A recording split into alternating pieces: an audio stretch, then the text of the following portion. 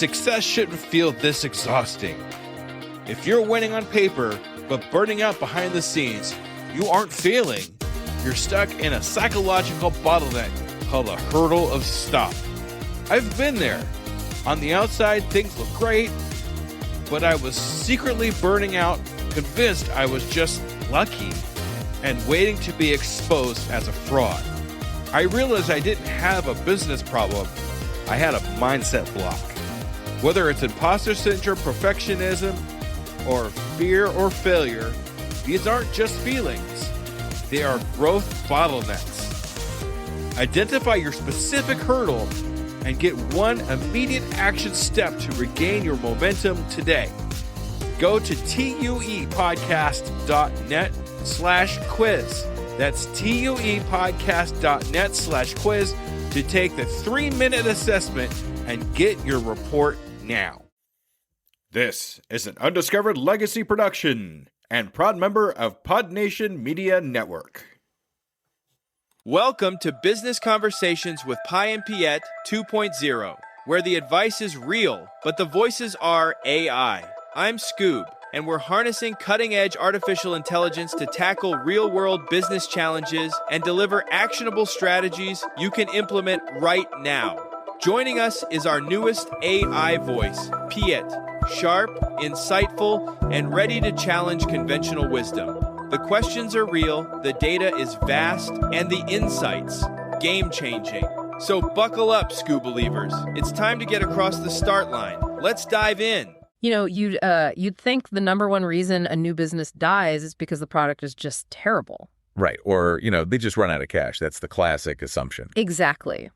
But if you look at the actual data, and we're talking about a massive Harvard Business School study here by Professor Noam Wasserman, he looked at over 10,000 founders. Yeah, that's a huge sample size. Right. And running out of money is not what kills them.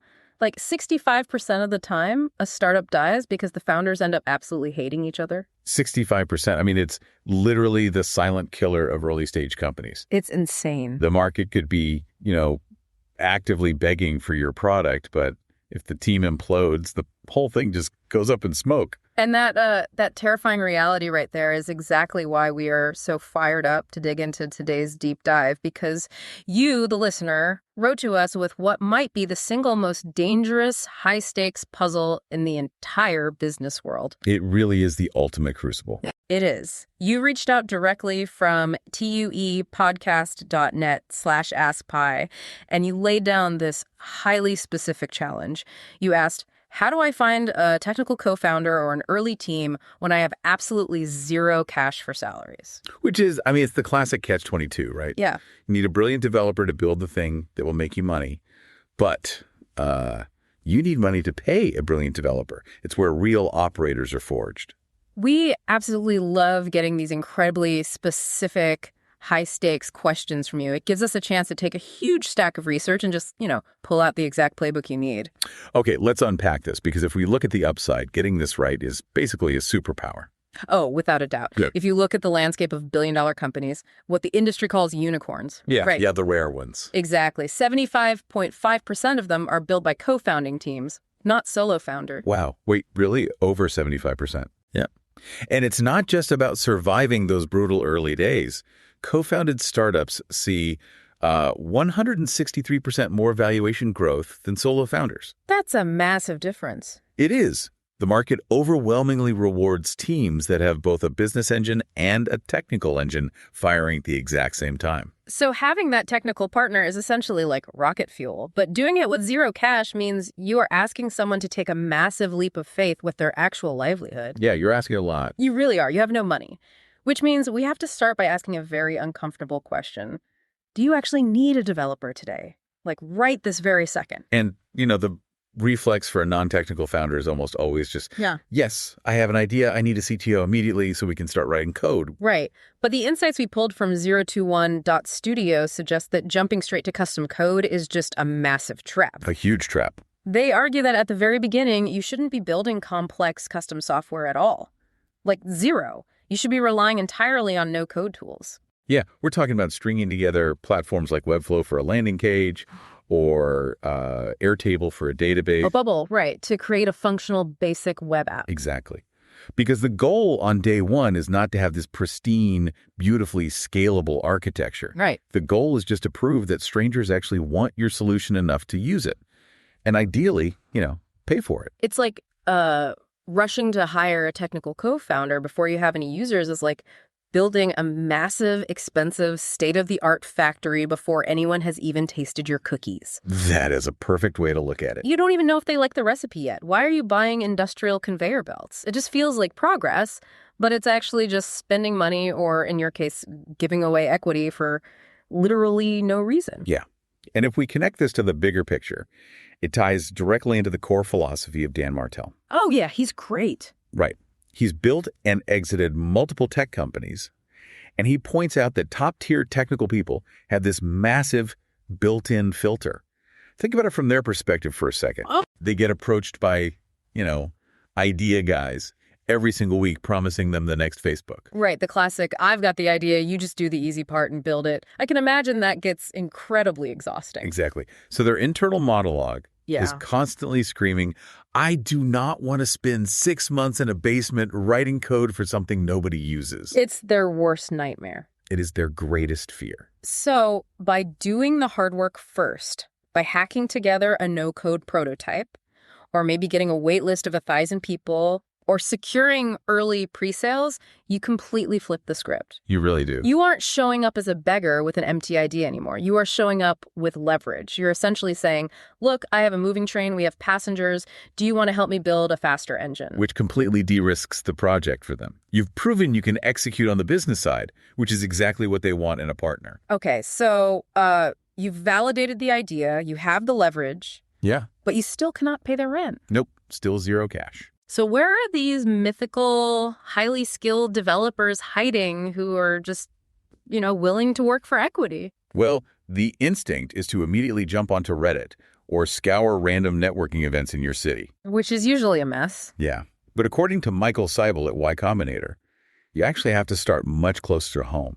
His strategy is to look directly at your immediate network. Like your friends. Literally write down a list of the top 5 friends or acquaintances you have who write code for a living. But people get weird about asking friends to work for free. It feels like you're asking them to help you move a couch, but for the next 5 years. They do, Yeah. which is exactly why Seibel is adamant that you do not ask them for a weekend favor. Oh, okay. You go to them and you make a real, substantial, professional offer. You look them in the eye and say, I want you to be my co-founder, and I'm offering you 40% equity. So you treat them like a serious business partner right from the very first conversation. But hold on, I was reading through the ASX Entrepreneurs Guide in our stack, and they highlighted a really fascinating contradiction here. Oh, about the YC data. Yeah. Yeah. On one hand, they point out that 94% of top Y Combinator companies met at school or work. So clearly proximity matters. Right. But going back to that Noam Wasserman data we mentioned earlier, his research actually shows that startups founded by close friends perform worse than those founded by mere colleagues or even complete strangers. It's wild, isn't it? Why would friends fail more often? That feels backwards. It really comes down to emotional baggage. The proximity of school or work gives you context, right? Yeah. This person is reliable, their work ethic. Sure. But when you start a high-stress company with a best friend, you often actively avoid having the hard, uncomfortable conversations. Oh, like about equity or missed deadlines. Exactly. Or performance issues, Yeah. because you want to protect the friendship above all else. You just let things slide until it completely explodes. Precisely. Whereas strangers or distant colleagues, they don't have that baggage.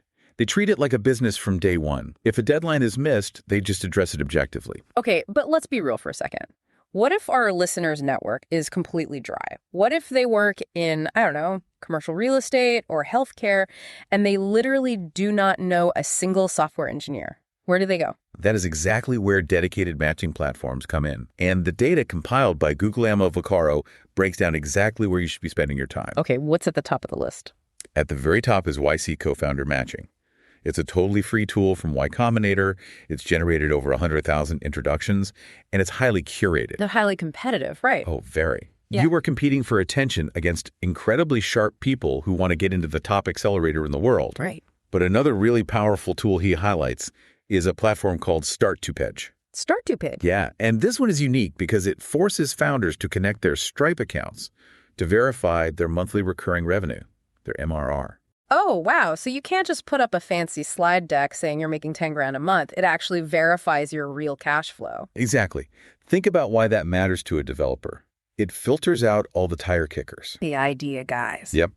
When a technical person logs on to Startup Page, they see actual verified traction. It instantly signals that you are a serious operator who knows how to sell, which, again, de-risks the whole opportunity for them. Here's where it gets really interesting, though. When you are on these platforms, Vaccaro warns that you cannot let the search drag on forever. No, you definitely can't. He recommends implementing a strict 90-day rule. You set a hard, non-negotiable deadline for your search. I love this rule. It's brutal, but necessary.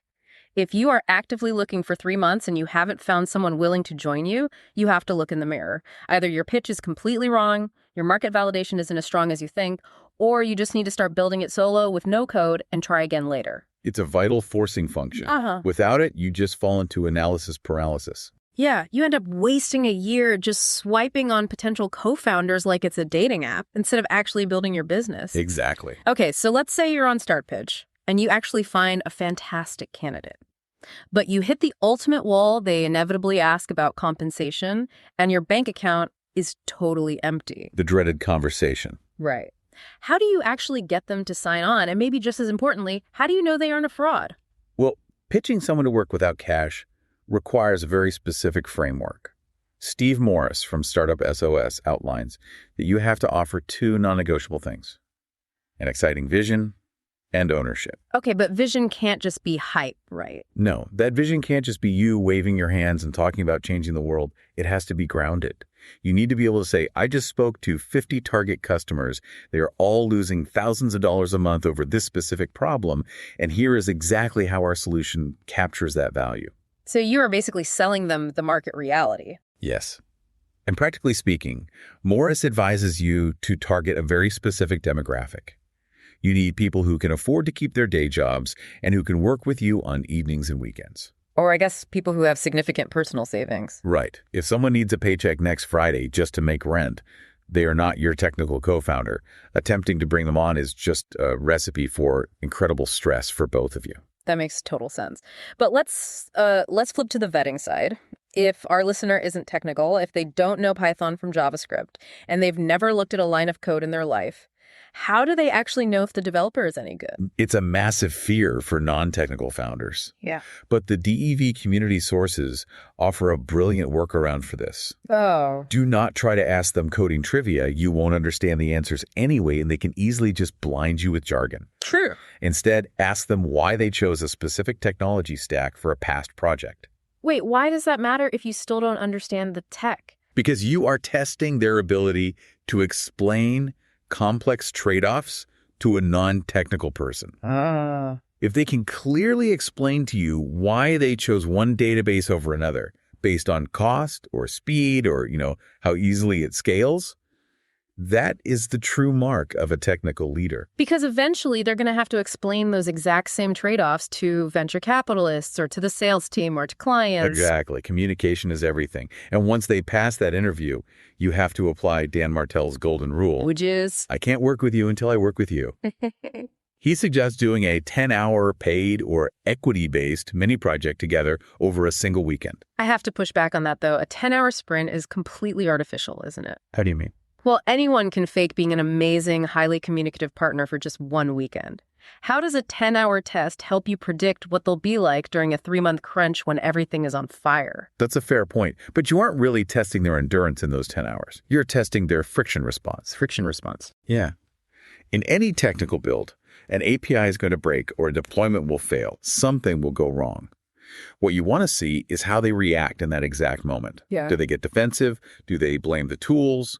Or do they communicate clearly and just fix it? Oh, I see. You learn more about their problem solving under pressure in a single weekend than you would in 10 weeks of coffee shop meetings. Okay, so the 10-hour test was a massive success. You survived the weekend. You both love working together. Now comes the absolute moment of truth. You have to divide up the company. You have to slice the equity. And based on our research, this is the exact moment where most startups accidentally dig their own graves. It really is. The traditional way founders handle this is what Mike Moyer calls the fix and fight model. Fix and fight. Yeah. They sit down on day one and they say, okay, there are two of us, 50-50 split. Moyer argues this is utterly insane. It's an attempt to apply a static, permanent solution to a highly dynamic, unpredictable problem. Think about how crazy that is. It is exactly like hiring an employee and paying them their entire annual salary in cash on their very first day, just because they promised to work really hard this year. Yes. You are trying to predict an unknowable future. Who knows if one person is going to work 80 hours a week for the next 2 years and the other person just drops down to 10 hours a month because they lose interest. What's fascinating here is what Noam Wasserman calls the quick handshake penalty. Wait, penalty? Teams that do an unthinking 50-50 split on day one, usually just to avoid having an awkward conversation about their relative value, they actually face massive penalties later on. Penalties from who? Like investors? Exactly. When you go to raise venture capital later on, investors heavily scrutinize the cap table, which is basically the company's master ledger of who owns what percentage of the business. Right. If VCs look at the cap table and see a quick, even split, they view it as a major red flag. It shows laziness or an inability to have tough analytical negotiations. It literally hurts your valuation. Not to mention, it causes destructive internal team tensions when one person inevitably starts contributing more than the other. Okay, so if a 50-50 split on day one is completely broken, what is the fix? How does Mike Moyer's slicing pie dynamic equity model actually work for a team operating without cash? It operates on a beautifully simple mathematical principle. Your percentage share of the ultimate reward should exactly equal your percentage share of what is at risk. Okay, break the mechanics of that down for me. What does at risk mean in this specific context? It means meticulously tracking the fair market value of everything put into the company before it generates enough cash to pay salaries. Okay, so tracking time and money. Right. For example, if your developer's standard market rate is $100 an hour and they work 10 hours, they've put $1,000 of their time at risk. Because they aren't getting paid that $1,000 today. Exactly. But here's the genius part of the slicing pie model. The multipliers. Cash contributions get a 1x multiplier.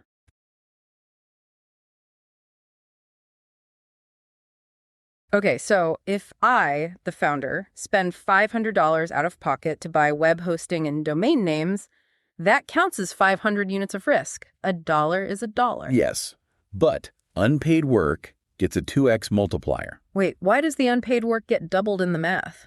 Because of opportunity cost and the sheer massive risk of failure. If that developer was working a regular corporate job, they'd be taking home guaranteed cash.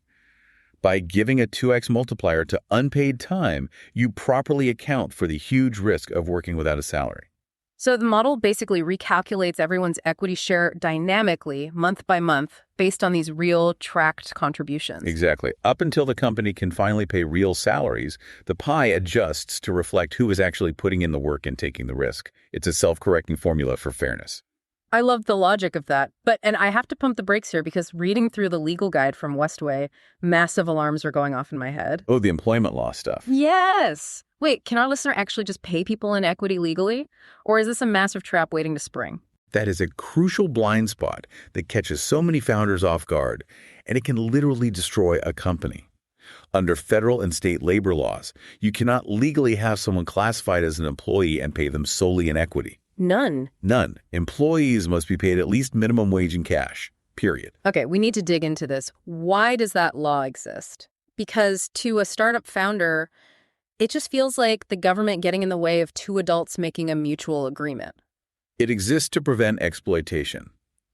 Historically, without these laws, bad actors could just promise vulnerable workers, shares in the company instead of a real paycheck. Getting free labor. Effectively getting free labor in exchange for what are essentially worthless lottery tickets. Yeah. The law says if you treat someone like an employee, you must pay them in legal tender. So does that mean the whole work for equity concept is just a myth? Not entirely, but it is a legal tightrope. You can offer equity-only compensation to independent contractors, but you risk severe penalties if they're misclassified. What's the real difference between an employee and a contractor in the eyes of the law? It's largely about control. If you dictate their exact hours, If you tell them exactly how to write their code, or if you provide them with a company laptop, the government sees them as an employee. Even if you call them a contractor. Right. If you call them a contractor just to avoid paying minimum wage, the IRS and labor boards can hit you with massive back taxes, unpaid overtime claims, and just devastating civil penalties. So what does this all mean? Like for you, the listener, who literally has zero cash right now, how do you structure this early team safely? It means you must structure early team members as true, autonomous co-founders who share the high-level business risk. Or you bring them on as very carefully legally defined independent contractors who have total control over how and when they deliver their work. Okay.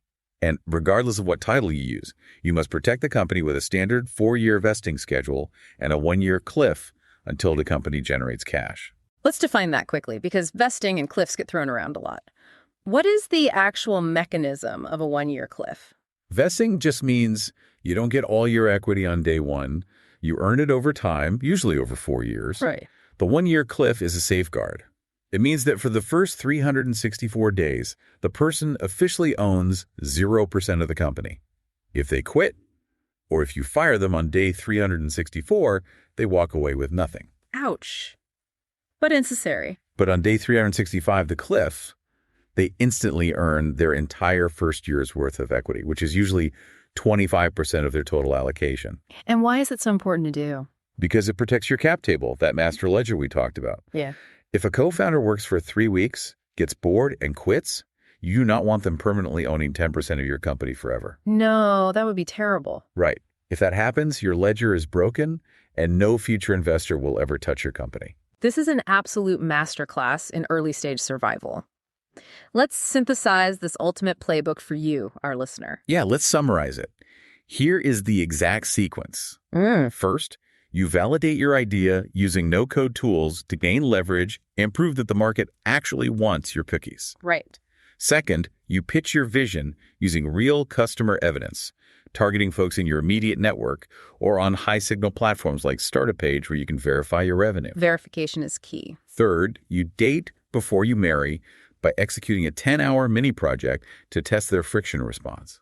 And finally, you use a dynamic equity split based on actual daily risk rather than day one guesses, while ensuring you use a 1-year cliff to stay legally compliant. It is a brilliant, logical roadmap. But as we wrap up, I want to leave you with a final, slightly mind-bending thought. This wasn't explicitly spelled out in our sources, but it really feels like the natural conclusion to everything we've just discussed. I'm intrigued. Where are you going with this? All of these experts, YC, the slicing pie model, the startup lawyers, they all frame this zero-cash, equity-only model as a survival tactic. It's pitched as a way to survive until you can finally raise venture capital or start paying big corporate salaries. But think about the mechanics of what you've actually built. Okay. If you perfectly execute this high-trust, dynamic, equity-driven model where every single person on the team is deeply aligned, where they are rewarded for their exact level of risk, and you are building a product with actual verified revenue validation, do you even need VC money later? Oh, wow. That is a completely different paradigm. Right. By being forced to operate with zero cash today, have you accidentally built the ultimate resilient bootstrapper machine, like a company that can scale entirely outside the traditional high-pressure financial system, all because your core team is motivated by pure ownership instead of a bi-weekly paycheck? This raises an important question, really, for any founder starting out. Yeah. What kind of culture are you truly building from day zero when cash isn't the primary motivator? Exactly. You aren't just hacking a temporary payroll problem. You are fundamentally coding the DNA of a highly accountable owner-operator company. That is incredibly powerful. It really is. To you, listening right now, you are not at a disadvantage because you lack cash. You are actually building the skyscraper with a crew who wants to own the penthouse just as much as you do. Love that. We want to celebrate you again for bringing this massive challenge to us. If you want a deep dive, custom tailored to your biggest roadblocks, write in your questions to tuepodcast.net Ask Pi.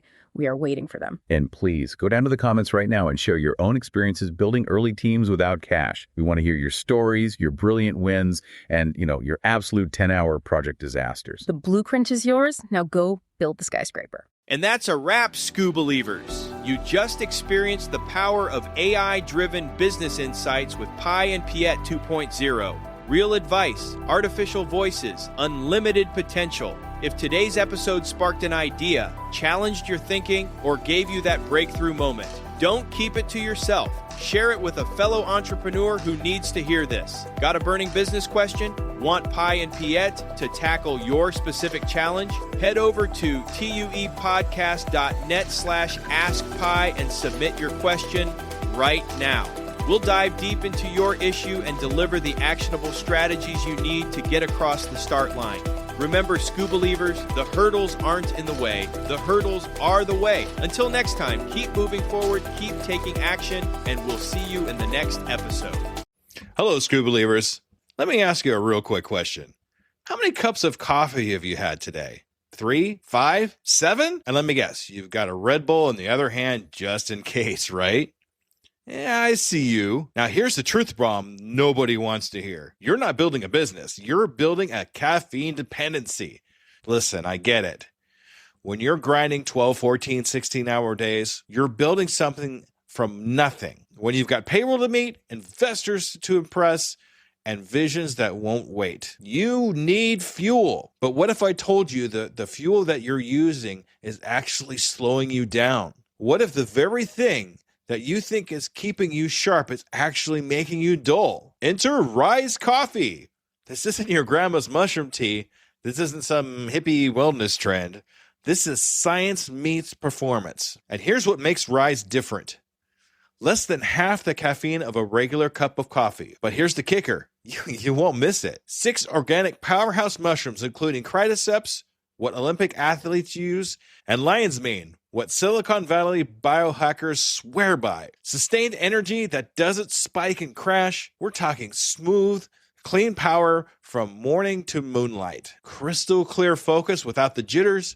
Imagine closing the deal with calm, confident mind instead of the caffeine chaos. Gut health and immune support, because what's the point of building an empire if you're too sick to enjoy it? So here's the challenge to you.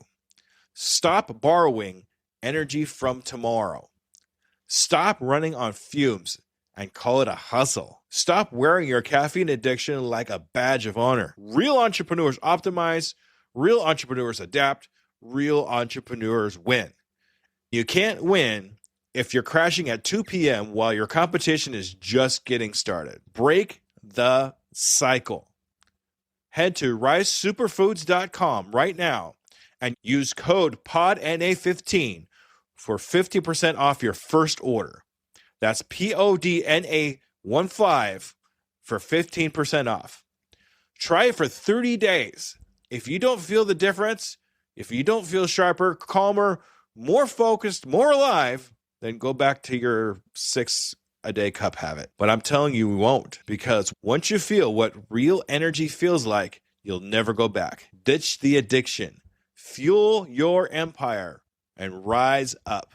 Rise Coffee, energy that builds, not burns.